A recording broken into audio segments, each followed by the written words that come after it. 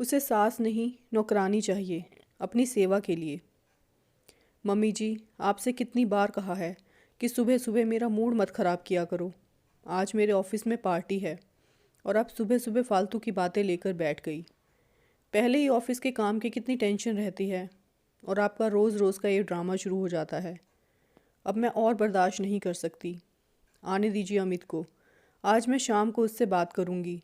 अब मैं और आप लोगों के साथ नहीं रह सकती। कम से कम अलग रहूँगी तो फालतू की बातें तो सुननी नहीं पड़ेंगी। काम के लिए फुल टाइम मेड रख लूँगी। अंकिता ने अपनी सास पर सारा गुस्सा निकाल दिया। उनकी गलती सिर्फ इतनी थी कि उन्होंने अपनी बहू से सिर्फ इतना कहा कि बहू, तुम्हारी शादी को 7 साल हो गए हैं, अब तो हमें दादा दादी बना दो। हमारा भी मन करता है कि कोई हमें दादा दादी बोले और हम उसके साथ सारा दिन खेलते रहें। लेकिन अंकिता को अपनी सास की बात पसंद नहीं आई और उसने उन्हें इतना कुछ सुना दिया।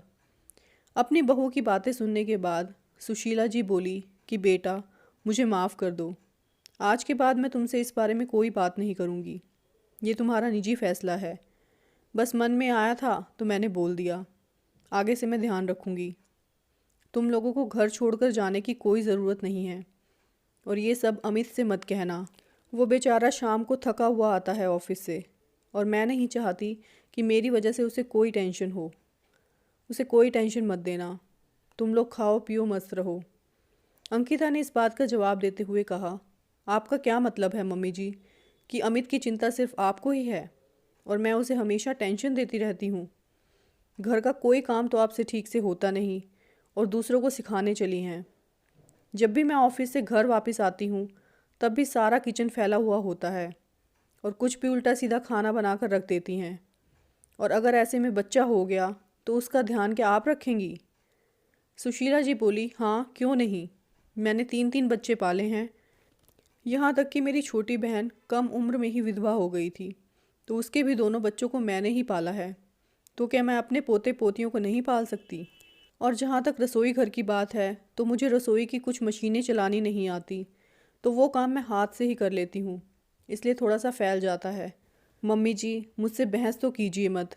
अब मैं ऑफिस जाऊँ या नहीं? मैले कपड़े मशीन में हैं, उन्हें धो के सुखा देना और बाकी घर के काम तो आपको पता ही हैं जो भी करने हैं। अंकिता ने अपनी सास सुशीला को गुस्से में बोला।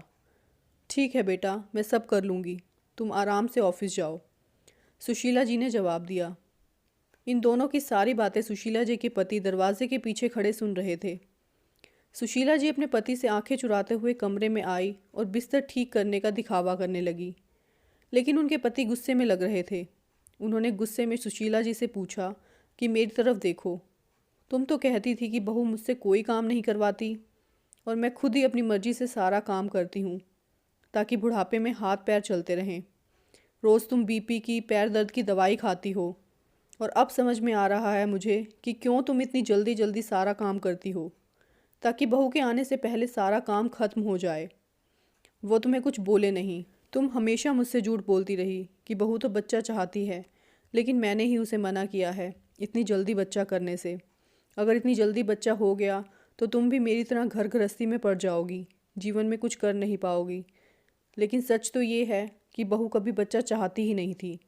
हमेशा सारी बातें तुम मुझसे छुपाती रही और मैंने तुमसे कितनी बार कहा है कि चलो कहीं बाहर चलते हैं घूमने, लेकिन तुम हमेशा मना कर देती कि बहू मेरे बिना घर कैसे संभालेगी, उसे घर पर मेरे बिना अच्छा नहीं लगता।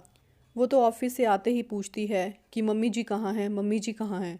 लेकिन सच तो ये है कि उसे आते ही घर पर एक नौकरानी चाहिए उसकी सेवा के लिए, और अगर कोई काम तुमसे गलत हो जाए तो मालकिन की तरह तुम पर रौब जमाती है। तुम उसे कुछ बोलती क्यों नहीं? अपने पति की ये सारी बातें सुनकर सुशीला जी की आंखों में आंसू आ गए और वो बोली कि मैं नहीं चाहती थी कि घर में कोई लड़ाई झगड़ा हो और मैं हमेशा बस यही चाहती थी कि रिश्ते बिगड़े नहीं।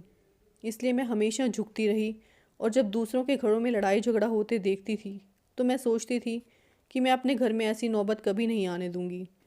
लेकिन मेरा ये सब करने का कोई फ़ायदा नहीं हुआ। मैंने तो बहू को हर तरह से समझा कर देख लिया, प्यार से भी और झुक कर भी, लेकिन वो किसी भी हाल में समझने को तैयार नहीं है। उसे पता ही नहीं कि बड़ों की इज्जत कैसे करनी है और किससे क्या बोलना है और क्या नहीं। मैं बस इतना कुछ इसलिए सहती रही ताकि हमारा बेटा हमसे दूर ना हो। वो शाम को थका हुआ घर पर आता है तो उसके सिर पर हाथ फेर के मेरे दिल को जो सुकून मिलता है वो मैं गंवाना नहीं चाहती थी।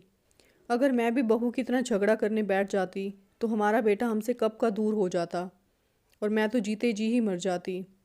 आपको पता है ना कि 2 बेटियां होने के बाद हमने कितनी मन्नत से अमित को मांगा था। आपको इसलिए नहीं बताया कि अगर आपको पता चलता तो आप मुझे इस हाल में यहाँ कभी नहीं रहने देते, क्योंकि मैं जानती हूँ आपका स्वभाव। ये सब बातें सुनकर उनके पति बोले कि तुमने जितना अपमान और दुख सहना था सह लिया, अब और नहीं, मैंने फैसला कर लिया है।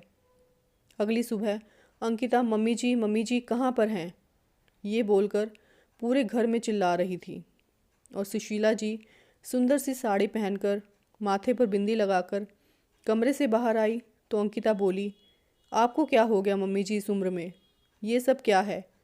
इतना सज धज कर आप कहाँ जा रही हैं? और आज आपने घर का कोई काम भी नहीं किया। आपको पता है ना कि मुझे ऑफिस जाना है। जल्दी से मेरा नाश्ता बना दो। आज से खाना तुम बनाओ या फिर नौकरानी रखो, मुझे कोई मतलब नहीं है। पर सुशीला जी आज से घर का कोई काम नहीं करेंगी। पीछे से गरजती हुई आवाज़ में सुशीला जी के पति बोले। अपने ससुर जी के मुंह से ये सब सुनकर अंकिता के मुंह से एक शब्द नहीं निकला। और हाँ, मैं और सुशीला जी 1 महीने के लिए बाहर घूमने जा रहे हैं। आने के बाद खबरदार, जो सुशीला जी को कोई भी ऑर्डर दिया या फिर उनका अपमान किया, नहीं तो अपने लिए दूसरे घर का इंतज़ाम कर लेना। ये घर भले ही हमने तुमसे पूछ कर तुम्हारे हिसाब से बनवाया है, लेकिन इसका मतलब ये नहीं कि इस पर मेरा और सुशीला जी का कोई हक नहीं है। ये मत भूलना कि ये घर अभी भी हम दोनों के नाम पर ही है। ये सारी बातें सुनकर अमित कमरे से बाहर आया तो उसने अपने माता पिता से माफ़ी मांगी कि मम्मी पापा मुझे माफ़ कर दीजिए, मुझे पता ही नहीं था कि घर में क्या चल रहा है और ना ही मैंने कभी ध्यान दिया। आप लोग आराम से घूमने जाइए और मम्मी जी की फेवरेट जगह केरला ज़रूर लेकर जाना। अमित अपनी माँ के गले लग गया। इन सब के बाद अंकिता किसी से नज़रें नहीं मिला पा रही थी। दोस्तों, कहानी को अंत तक सुनने के लिए बहुत बहुत धन्यवाद और कहानी कैसी लगी अपनी राय ज़रूर देना। साथ ही चैनल को सब्सक्राइब, वीडियो को लाइक और शेयर भी कर देना। Thank you for watching this video.